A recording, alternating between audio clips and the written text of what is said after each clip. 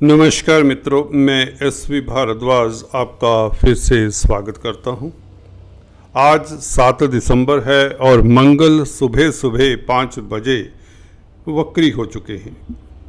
वक्री मंगल का क्या प्रभाव रहेगा धनु राशि के ऊपर, धनु लग्न के ऊपर, चर्चा करेंगे दोस्तों इस वीडियो से। दोस्तों, अगर आपको अपना लगन मालूम है तो ये चर्चा आपके लिए भी रहेगी। 80 डेज 80 दिनों के लिए मंगल अब वक्री भी रहेंगे। नीच राशि के पहले से ही चले आ रहे थे, कमज़ोर थे, परंतु आपके लिए सुखद बात ये थी कि मंगल कहीं ना कहीं विपरीत राजयोग का कार्य भी कर रहे थे, क्योंकि 12वें भाव के मालिक, व्यय भाव का मालिक का अष्टम भाव में बैठना, वह भी कमज़ोर होकर बहुत अच्छा विपरीत राजयोग होता है, क्योंकि कमज़ोर ग्रह ही अच्छा राजयोग देते हैं, खासकर विपरीत राजयोग। तो आज से मंगल का नीच राशि में होने के साथ साथ वक्र चाल से चलना कैसा प्रभाव आपकी ज़िंदगी में पड़ता ही जानते हैं।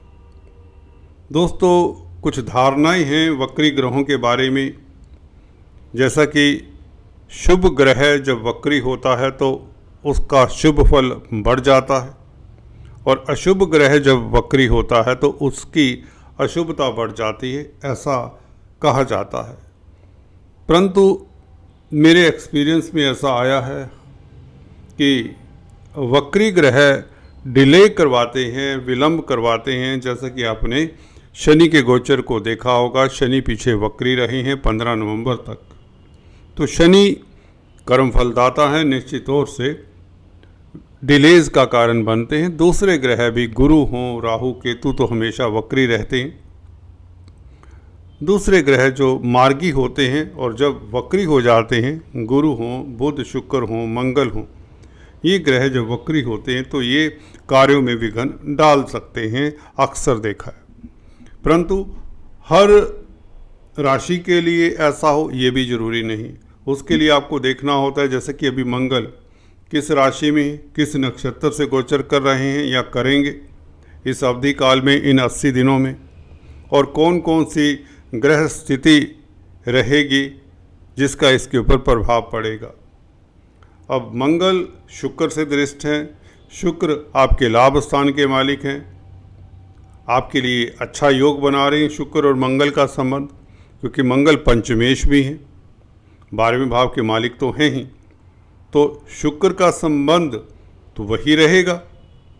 शुक्र तो अच्छी स्थिति में, खासकर 28 दिसंबर तक गुरु के ये मंगल के साथ समसप्तक योग तो बनाएंगे।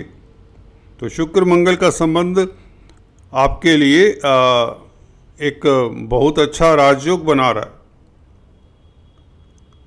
मंगल विपरीत राजयोग भी बना रहे हैं। वक्री होने से थोड़े से समझें, इस ग्रह को हल्का सा, अगर आप कहें थोड़े दिनों के लिए चेष्टा बल बढ़ जाता है तो बल मिल जाता है। तो पंचम भाव जो कमज़ोर हुआ था नीच राशि के होने के कारण, उसका शुभ फल मिलने के चांसेस बढ़ जाते हैं। तो पंचम भाव क्या है? देखिए, पंचम भाव का मालिक है मंगल, पंचम भाव के फल देगा। 12वें भाव का मालिक है, 12वें भाव के फल देगा। अष्टम भाव में बैठा है तो अष्टम भाव के फल भी देगा। और कौन से ग्रहों से दृष्ट है मंगल, ये आपको देखना है। शुक्र से दृष्ट हैं, और शुक्र खुद गुरु से दृष्ट हैं। और किन नक्षत्रों से मंगल गोचर करेगा, ये सब आपको ध्यान में रखना होगा, तब इसका फल कथन सही से निकल कर आता है। तो पंचम स्थान का शुभ फल आपको मिलने के चांसेस बढ़ जाते हैं, क्योंकि वक्र चाल से मंगल चलेंगे तो थोड़े स्ट्रोंग हो जाएंगे, चेष्टा बल बढ़ जाएगा। तो पंचमेश का स्ट्रोंग होना, अचानक से लाभ, आपके पूर्व पुण्य आपका साथ दे देते हैं, कहें तो भाग्य आपका साथ दे देता है। बच्चों को लेकर किसी तरह की अगर दुविधा रही है, उसका कोई अच्छा परिणाम निकल सकता है। छात्र हैं तो एजुकेशन में बहुत ज़्यादा अब दिक्कत नहीं होने के चांसेस कुछ दिनों के लिए, दिसंबर के महीने, खासकर जब तक शुक्र का प्रभाव है 28 दिसंबर तक, क्योंकि 11वें भाव के मालिक का संबंध मंगल के साथ है, तो लाभ होगा। शुक्र के कारण, मंगल के कारण आपको लाभ होगा, मित्रों का साथ मिलेगा, आय के साधन बढ़ेंगे। ये तो योग बना ही हुआ है। जहाँ पर मंगल पंचमेश है, पंचमेश का 11वें भाव के मालिक के साथ समसप्तक योग, तो पंचम और 11वें भाव के शुभ फल मिलेंगे, मित्रों का साथ मिलेगा, इनकम का साधन बढ़ेगा, धन आएगा।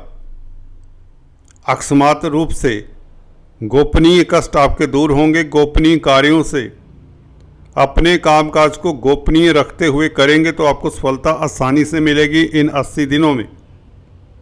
भूमि से संबंधित कामकाज हल्का सा अवरोध के बाद सिरे चढ़ जाएंगे। कोई बहुत ज़्यादा नुकसान की संभावना नहीं देखता।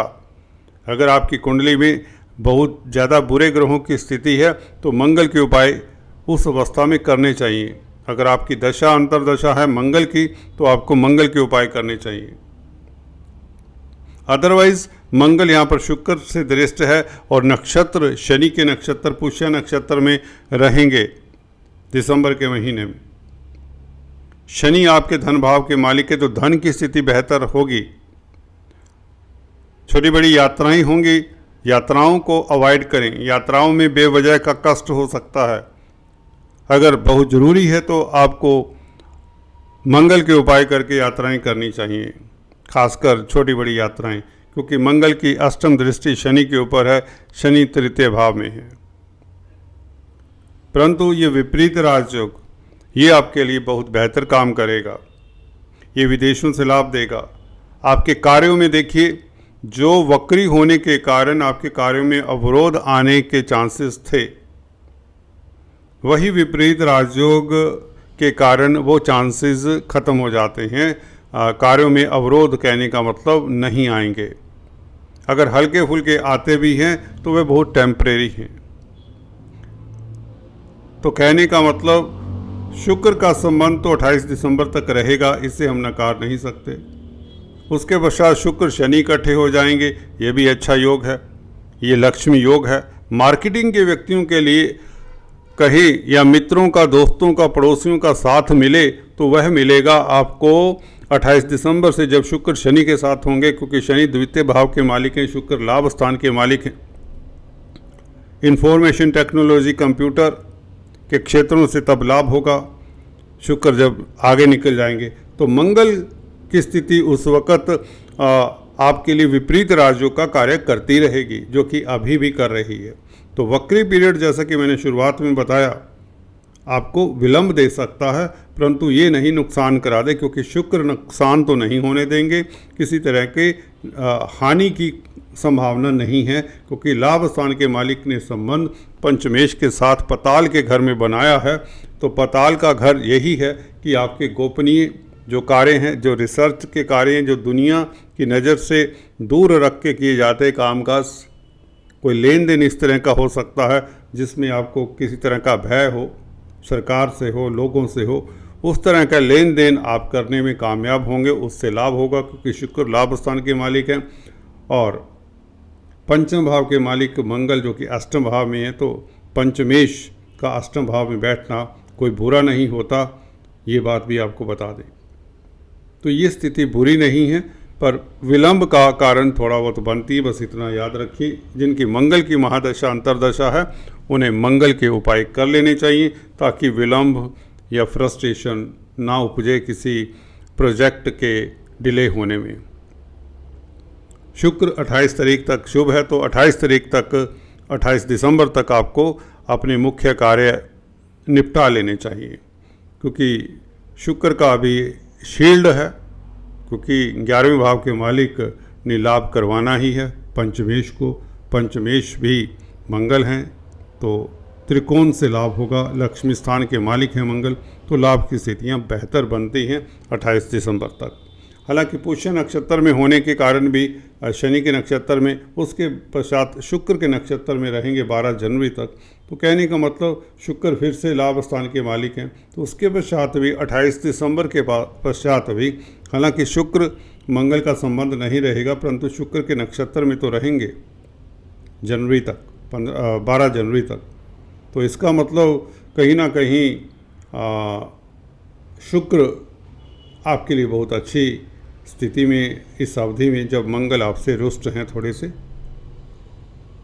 पर फिर भी विदेशों से लाभ, ग्रीन कार्ड, वीज़ा इत्यादि की प्रॉब्लम का सलूशन मिल जाए, मेडिकल क्षेत्र से आपको लाभ हो, भूमि भवन संबंधित कामकाज, लैंड का सेल परचेज करते हैं तो थोड़ा सतर्क रहें। और इस अवधि में कोई कॉन्ट्रैक्ट, भूमि से संबंधित कोई कॉन्ट्रैक्ट हो सके तो 24 फरवरी तक ना साइन करें, बेहतर रहेगा। आज दोस्तों इतना ही, फिर से मिलेंगे, तब तक के लिए stay tuned. Thanks for watching this video. God bless you all.